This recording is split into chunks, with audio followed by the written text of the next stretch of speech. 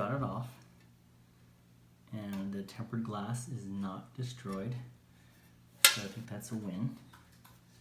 It's very hot now, but you can see here that the wireless charging unit is just simply affixed to the glass itself.